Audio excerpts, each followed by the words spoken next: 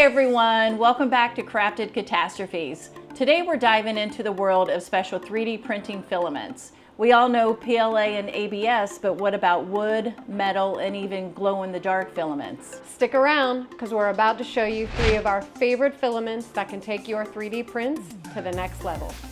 First up we have wood filament. It's actually a composite filament made by blending PLA with real wood fibers. There are several types of wood filaments available, including walnut, rosewood, birch, and oak. Each type offers a different color and texture, so you can choose the one that works best for your project. The 2 we bought to test with are Bamboo Black Walnut and Classic Birch. There are other brands that carry wood filament like Creality and Sunlu. We'll link everything we're talking about today in the description below. Printing with wood filament requires a few adjustments. Since wood fibers can be abrasive, it's recommended to use a larger nozzle like a 0.5 millimeter or larger to prevent clogging. The largest nozzle that we have is a 0.4 millimeter, and we didn't have anything larger than that, and we did get a clog, and it set us back about 15 minutes. So you need to make sure that you use a 0.5 or larger if you don't want to have any clogging issues. Also, printing at a slightly lower temperature and slower speed, it can improve the print quality and prevent scorching. One of the coolest things about wood filaments is the ability to finish them like real wood. I did take a piece of the scraps from the Lincoln log set that we were doing, and it sanded just like wood. And so I used a satin finish on it to seal it because it can get a little dusty. It feels like a regular wood would. But I do suggest after all of your wood filament prints to spray a coat of satin or even a high gloss if you want, it doesn't matter, but just to keep all of those small particles within the confines of your print.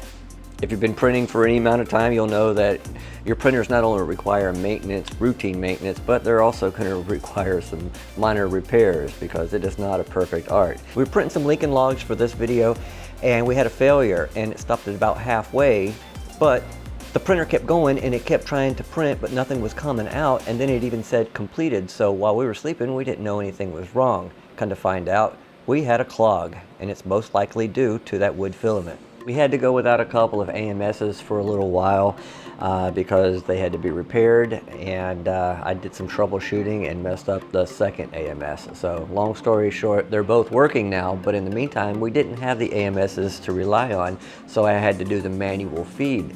And I did get a clog during the manual feed process, and it was so simple because without the AMS plugged into the back and not having to worry about feeding filament through those tubes, I was able to just go straight into the printer, and as the nozzle heated up, force the filament through so it would push through and watch it come out. So we're going to try that again with this wood filament and see if we can salvage that 0.4 millimeter nozzle. Luckily, Clay ordered a few extra parts and the 4 millimeter nozzle, replacement nozzle, was in stock basically, so we were able to fix it, but I never tried to repair the old clogged filament.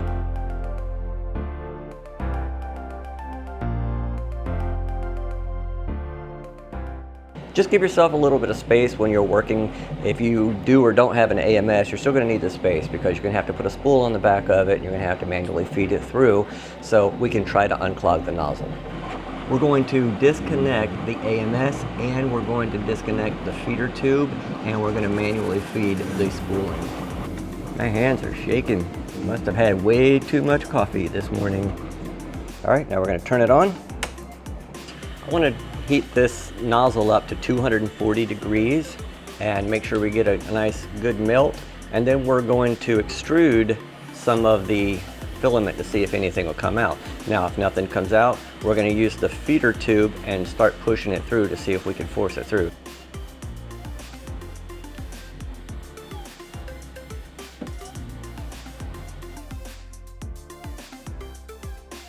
And it's going to heat back up, and we're going to see if it'll grab that filament, and we're going to try to push it through. When we start seeing green, we're golden. Give it a little bit of push through there.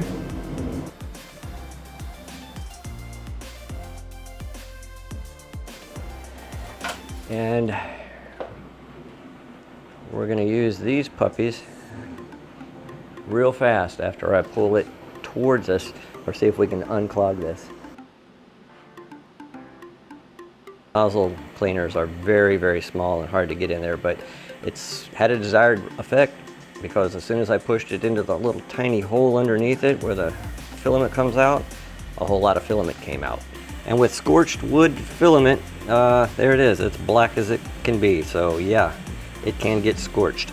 So now all I'm going to do is I'm going to do a test print to see if we actually fix the print head and everything's working normally.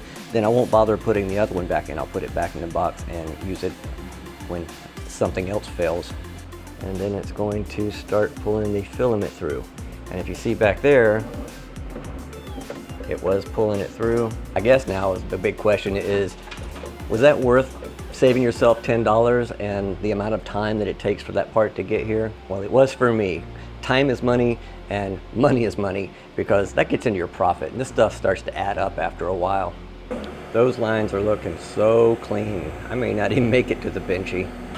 I see the text that goes under the bottom of the benchy, and it's clear as day, and it's inspecting the first layer and it didn't find any problems. So yeah, I call that a win. Being that was a successful repair, I'm gonna button it all back up, put everything back the way I had it, and call it a day.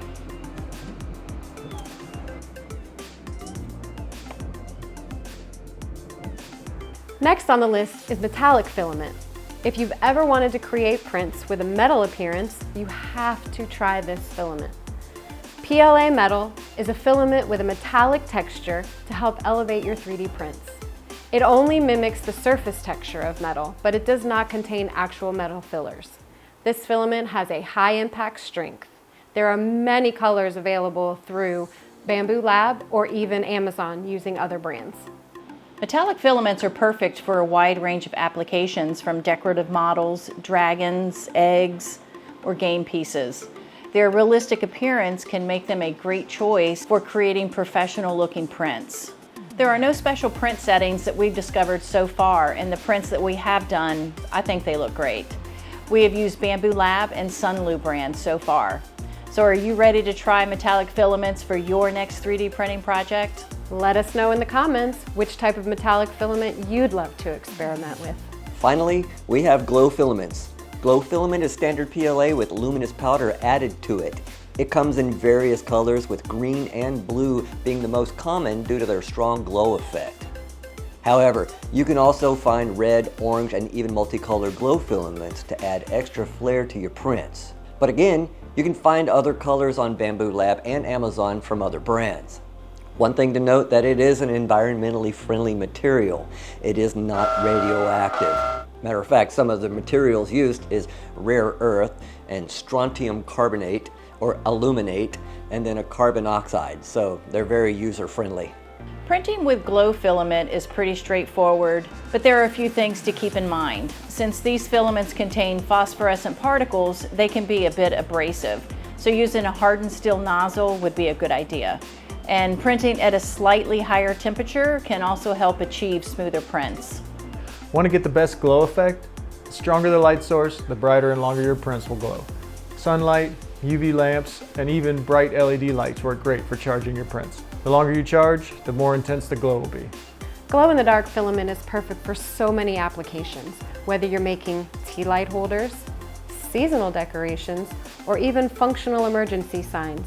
This filament adds a fun and practical element to your prints. Well, there you have it, some of our favorite special filaments that you can use for your next 3D printing projects. Which one was your favorite? Let us know in the comments below. Don't forget to like, subscribe, and hit that notification bell so you never miss out on one of our upcoming 3D printing videos. Thanks for watching, and we'll see you in the next video.